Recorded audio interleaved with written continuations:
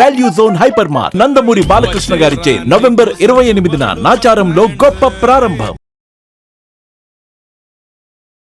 నమస్తే, మీరు చూస్తుంది సుమన్ టీవీ. నేను మీ కీర్తి. ఈ రోజు నాతో పాటు ఉన్నారు ప్రముఖ ఆస్ట్రాలజర్ బ్రహ్మశ్రీ నానాజీ పట్నాయక్ గారు. నమస్తే గురుగారు. శ్రీమాత్రే నమః. గురుగారు, రాబోయే ఏకాదశి విశిష్టత గురించి, పాటించవలసిన నియమాల గురించి ఈ వీడియో ద్వారా ప్రేక్షకులకి తెలియజేద్దాం. తప్పకుండా అమ్మ. ఫస్ట్ ఆఫ్ ఆల్ మనం అసలు ఏకాదశి ఎందుకు పాటిస్తాం అనే విషయం తెలియాలి. మనకి ఇందులో రెండు రకాలు ఉంటాయి. ఉపవాసమే ప్రధానము. ఉపవాసం అనగానే రెండు రకాల అర్థాలు చెప్తూ ఉంటారు. ఒకటి, దేవుడికి దగ్గరగా ఉండడమే కానీ ఏమీ తినకుండా ఉండడం కాదు అంటూ ఉంటారు. ఇప్పుడు ఏకాదశి అంటే ముందుగా ఫాస్టింగ్ అనేది బ్లైండ్ గుర్తు వస్తుంటుంది. అయితే రెండు రకాల అర్థాలు ఉన్నాయి దానికి. ఉపవాసము అంటే దేవుడికి దగ్గరగా ఉండడం, అంటే మీ ఆలోచనల్లోని మీరు ఏ పని చేస్తున్నా దేవుడు గుర్తు రావడం. రెండవది, నిజంగానే శాస్త్రంలో ఈ ఏకాదశి నాడు మాత్రం తినకుండా ఉండమని చెప్పారమ్మా. ఇదేమి చెప్పలేదు, చెప్పకపోవడం కాదు. 8 యామములు అని చెప్పారు. 8 యామములు అంటే, యామము అంటే 3 గంటలు. 8 3 24 గంటలు. ఈరోజు పొద్దున్న స్టార్ట్ చేస్తారు, రేపు ఉదయం వరకు తినకుండా ఉండగలగాలి. అది ఎవరు? చిన్నపిల్లలు కాదు, స్త్రీలకు చెప్పలేదు. ఉండగలిగితే ఉండండి కానీ చెప్పలేదు. అనారోగ్యంతో ఉన్న వాళ్ళు, బాగా ఏజ్డ్ పర్సన్స్ ఉండక్కర్లేదు. మీరు ఉండలేము, షుగరో బీపీఏ ఉంది, ఉండాల్సిన పనేం లేదు. చక్కగా ఏ పండో ఏదో తీసుకొని అల్పాహారం తీసుకొని ఉండొచ్చు, తప్పేం కాదు. కానీ ఉండగలిగిన వాళ్ళు కనుక ఉండగలిగితే వీళ్ళకి కలిగే ఫలితం ఏమిటంటే, ఏకాదశి నాడు ఎవరైతే ఉపవాసం ఉంటారో ఆ ఉపవాస ఫలాన్ని విష్ణువు తీసుకొని మనకు పుణ్యాన్ని ఇస్తాడు. ఒక ఎక్స్చేంజ్ లాగా. అది శాస్త్రంలో ఉన్నటువంటి విషయమే అది. అయితే దీనివల్ల ఇంకొక గొప్ప పని కూడా జరుగుతుంది. ఏమిటంటే, మీరు ఎప్పుడు ఏకాదశి తీసుకోండి, రవి గ్రహం నుంచి ఆ రోజు గ్రహస్థితిని కనుక గమనించినట్లయితే, రవి నుంచి చంద్రుడు 5వ స్థానంలో కానీ 11వ స్థానంలో కానీ ఉంటాడు. 5 లేదా 11 స్థానాల్లోనే ఉంటాడు ఏకాదశి నాడు. ఎందుకు అలాగా అంటే, చంద్రుడు మనస్కారకుడు, రవి ఆత్మకారకుడు. పంచమ స్థానం కానీ లాభస్థానం కానీ ఇచ్చే ఫలితాలు ఏమిటంటే, ఇమ్యూనిటీని పెంచే ఎనర్జీ ఇచ్చే సమయాలు అంటారు వాటిని. సమస్త జీవకోటికి ఇమ్యూనిటీ పెరిగే టైం అది. మీకు ఇమ్యూనిటీ పెరిగే టైంలో లోపల బాడీలో ఉండేటువంటి సిస్టమ్ ఏదైతే ఉందో, అప్పుడు ఫుడ్ వేస్తున్నాం అనుకోండి, ఆ టైంలో ఫుడ్ని అరిగించే పనిలో ఉంటుంది, ఇమ్యూనిటీ పెంచుకునే టైంలో ఉంటుంది. ఈ 15 రోజులకు ఒకసారి మనకి ఏకాదశి వస్తుందమ్మా. 15 రోజులకు ఒకసారి మీరు కనుక ఏమీ తినకుండా సైలెంట్గా ఉంటే లోపల అదేం చేస్తుంది అంటే క్లీనింగ్ ప్రాసెస్ పెట్టుకుంటుంది. దీని మీద జపాన్లో ఒకతనికి నోబెల్ బహుమతి కూడా వచ్చింది. దీని మీద ఏకాదశి ఉన్న వ్యక్తికి ఏంటి ఫలితాలు అనేది రాశాడు ఆయన. క్యాన్సర్స్ రావట్లేదు, దీర్ఘవ్యాధులు రావట్లేదు, కాస్త దీర్ఘకాలం బతుకుతున్నారు, ఎక్కువ హెల్త్ ఇష్యూస్ రావట్లేదు అని దాని మీద రీసెర్చ్ చేసి రిపోర్ట్ ఇస్తే ఆయనకి నోబెల్ బహుమతి ఇచ్చారు. మన మహర్షులు ఎప్పుడో చెప్పారు ఇది ఆరోగ్యానికి మంచిది. ఇవి ఇప్పుడు వచ్చేటువంటి ఏకాదశికి ఉండేటువంటి ప్రత్యేకత ఏమిటి అంటే, ఇది పర్టికులర్గా చంద్రుడు కన్యా రాశిలో కేతువుతో ఉండగా వస్తున్నాడు. అలాంటప్పుడు మనం చేసే ఏకాదశి వల్ల కలిగే ఫలితం ఏమిటంటే, మొట్టమొదటిగా మన బుద్ధి వికసిస్తుంది. ఎటువంటి విషయాల్లో? అప్పుల విషయాల్లో.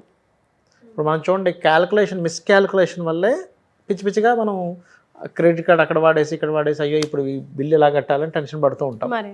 అంతే కదా. అప్పులు తగ్గుతాయి ఫస్ట్ ఈ ఏకాదశి చేయడం వల్ల. అయితే ఎవరికైనా తీవ్రంగా అప్పులు ఉన్నాయనుకోండి, ఏకాదశి నాడు శ్రీమన్నారాయణుని, లక్ష్మీదేవిని ప్రార్థన చేసుకొని, విష్ణువుడు కూడా ప్రార్థించి ఓం అపర్ణాయై నమః అనే మంత్రం చేసుకోవాలి. ఎంత మీరు ఓం అపర్ణాయ నమః అనే మంత్రం చేసుకుంటే అంత తొందరగా మీకు ఫైనాన్షియల్ క్రైసిస్ నుంచి బయటపడతారు. మీకు అనిపించవచ్చు ఇది ఏమిటంటే అలా ఎలా బయటపడతాము, అది ఎట్లా నా పని చేసుకుంటే బయటపడతానేమో అంటే, అలా కాదు. ఇక్కడ ఏంటంటే, భగవంతుని యొక్క అనుగ్రహం ఉన్నప్పుడు ఏదో రూపంలో భగవంతుడు మనకి ఉన్న శాలరీ హైక్ అవ్వడానికో, బిజినెస్ డెవలప్ అవ్వడానికో మన బుద్ధి అలా పనిచేసేలా చేస్తాడు. నేను ఇక్కడే ఎందుకు ఉండాలి, నేను ఇంకొంచెం ఇంకేదైనా కోర్సెస్ నేర్చుకుని హై లెవెల్కి వెళ్ళొచ్చు కదా అనే ఆ వ్యక్తి టైం స్పెండ్ చేస్తాడు. దీని మీద ఒక వృత్తాంతం కూడా ఉంది. అంటే ఈ అపర్ణాయ నమః అనే మంత్రం మీద ఒక బ్రాహ్మణుడు ఉండేవాడమ్మ. ఆయన మంచి చాలా సత్యవాది, అన్నీ చక్కగా చేసుకునేవాడు. కానీ ఆయన కర్మ కొద్దీ ఆయన చేయకపోయినా వాళ్ళ పూర్వీకులు అంటే తండ్రులు తాతలు చేసిన అప్పు ఈయన మీద పడింది. మీరు కట్టాల్సిందే అని. ఈయన ఏదో అప్పుడప్పుడు ఉన్నప్పుడు అడపాదడప ఏదో కొంత డబ్బులు ఇచ్చేవాడు, ఈయనకు అంత సంపాదన ఉండేది కాదు. కానీ ఒకరోజు ఊరు వాళ్ళందరూ ఏం చేశారంటే, ఈయనని ఇలా కాదు, ఈయన ఏదో చేసి మొత్తం మీద మనం ఈయన దగ్గర తీసుకుందాం డబ్బులు అని చెప్పని ఇంటికి వచ్చారు. ఈయన రోజు అమ్మవారి ఆరాధన చేసేవాడు. ఒక్కొక్క నామంతో, లలిత సహస్రనామాల్లో ఒక్కొక్క నామంతో పూజ చేసేవాడు. అందరూ వచ్చారు. వాళ్ళ భార్య చూసి ఏమంటే పూజ చేసుకుంటున్నారు, కూర్చోండి వస్తారని చెప్పింది. లోపలికి వెళ్ళి చెప్పింది అప్పుడు వాళ్ళు వచ్చారు అని. అప్పుడే సరిగా అపర్ణ అనే నామంతో చేస్తున్నాడు. గుర్తుకొచ్చింది ఆయనకి, అమ్మ అపర్ణ అంటే అప్పులు తీర్చే తల్లి అంటారు, పర్ణములు విడిచిపెట్టింది అంటే శివుడి కోసం తపస్సు చేస్తూ ఆకు కూడా తినలేదంట, ఎండిన ఆకు కూడా స్వీకరించలేదు, అంత తపస్సు చేసింది శివుడి కోసం అమ్మవారు. అంటారు కదమ్మా ఏమిటమ్మా నాకు ఈ అప్పుల బాధలు అనుకుని మళ్ళీ చంపలేసుకున్నాడు. చిచి నిన్ను అడగాల్సింది ఇదా, అప్పులు తీర్చు, డబ్బులు ఇవ్వు, టీవీ ఇవ్వు, ఫ్రిడ్జ్ ఇవ్వు అడగాలి. చిచి నేను తప్పుగా అడిగానమ్మా, నాకు మోక్షం కావాలి కదా, ఈ తప్పుగా అడిగాను క్షమించాను. మళ్ళీ పూజ మొదలు పెట్టేశాడు. పూజ కంప్లీట్ అయిపోయింది. ఈయన బయటకు వచ్చాడు. వచ్చి చెప్దాంలే ఇక మళ్ళీ ఇంకొంచెం గడువు అడుగుదామని బయటకు వచ్చి, ఏమంటే నాకు ఇంకొంచెం గడువు కావాలి అని అడగగా వాళ్ళందరూ గడువు కావాలి అంటే అందరూ ఇచ్చేశారు. ఒక పాప వచ్చింది లోపల నుంచి, ఇది పెట్టి పట్టుకొని వచ్చింది. మా నాన్నగారు మీకు ఎవరెవరికి డబ్బులు ఇవ్వాలని అడిగింది అంటే మేము చూపించాం, అందరికీ డబ్బులు ఇచ్చేసింది. ఈ పత్రాలు చింపేయమంటారా అంటే వద్దొద్దు, మా నాన్నగారు వస్తారు, ఆయనకి చూపించి చింపేసాను. లోపలికి వెళ్ళింది. ఒకసారి పిలవండి ఆ పాపని, మేము చూస్తాము. ఎంత ముద్దు వస్తుంది ఆ పాప, అసలు మాకు మళ్ళీ మళ్ళీ చూడాలనిపిస్తుంది. ఆ పాప ఉన్నంతకాలం మమ్మల్ని మేము మర్చిపోయాం, ఒకసారి పిలవండి అంటాడు. అనగానే ఆయన అక్కడే కూర్చుండిపోతాడు. ఏమిటి స్వామి ఇలా కూర్చుండిపోయారు, అసలు నాకు పిల్లలే లేరయ్యా, మీరు ఎంత అదృష్టవంతులు, మీకు ఆ అమ్మవారు వచ్చి కనబడింది అంతే కదా గురుగారు అని అంటాడు. అంటే ఏమిటంటే ఆ శక్తి, అంత అమ్మవారిని అడగగలగాలి, అమ్మవారు ఇస్తుంది ఖచ్చితంగా. దాని తర్వాత అతనికి రాజు పిలిచి ఆస్థానంలో అతనికి ఒక చోటు ఇవ్వడం జరుగుతుంది. అక్కడ నుంచి లైఫ్ అనేది బాగుంటుంది.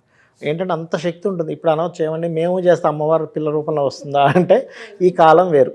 ఈ కాలంలో మనుష్య రూపంలోనే ఒక వ్యక్తి మనకు సహాయం చేస్తాడు. అంటే అలాగా, అరే నీ టాలెంట్కి ఇక్కడ ఇంకో శాలరీ, ఎక్కువ శాలరీ వస్తుందని చెప్పడము, లేకపోతే ఈ కోర్స్ నేర్చుకోమని చెప్పడము, సజెషన్ ఇవ్వడము, బిజినెస్ చేస్తే బిజినెస్ డెవలప్ ఏం చేయాలో చెప్పడం, ఏదో రూపంలో వస్తుందమ్మా భగవంతుడు.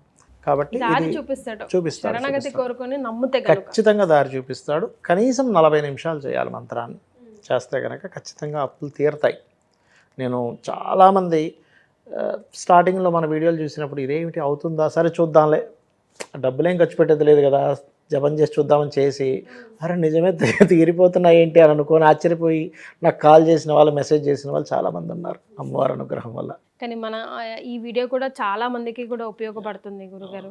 బికాజ్ ఈ రోజుల్లో అప్పు లేని ఇల్లు ఉందా అంటే కొంచెం మనం ఆలోచించాలి. ఎందుకు అవుతుందంటే అమ్మ అప్పు, ఒకప్పుడు మనకు ఒక కోరిక పుట్టింది అనుకోండి, పలానాది కొనుక్కోవాలని, మనకి యాక్సెస్ ఉండేది కాదు. ఇప్పుడు ఏంటి, ఈజీ యాక్సెస్, ఫోన్లో చూస్తున్నాం, ఉంది అప్పు దొరుకుతుంది, క్రెడిట్ కార్డు అప్పు ఇస్తున్నాడు, వెంటనే కొనేస్తున్నాం. ఒకప్పుడు అట్లా అప్పు ఇచ్చేవాడు కష్టం, దొరికే వస్తువు కష్టం.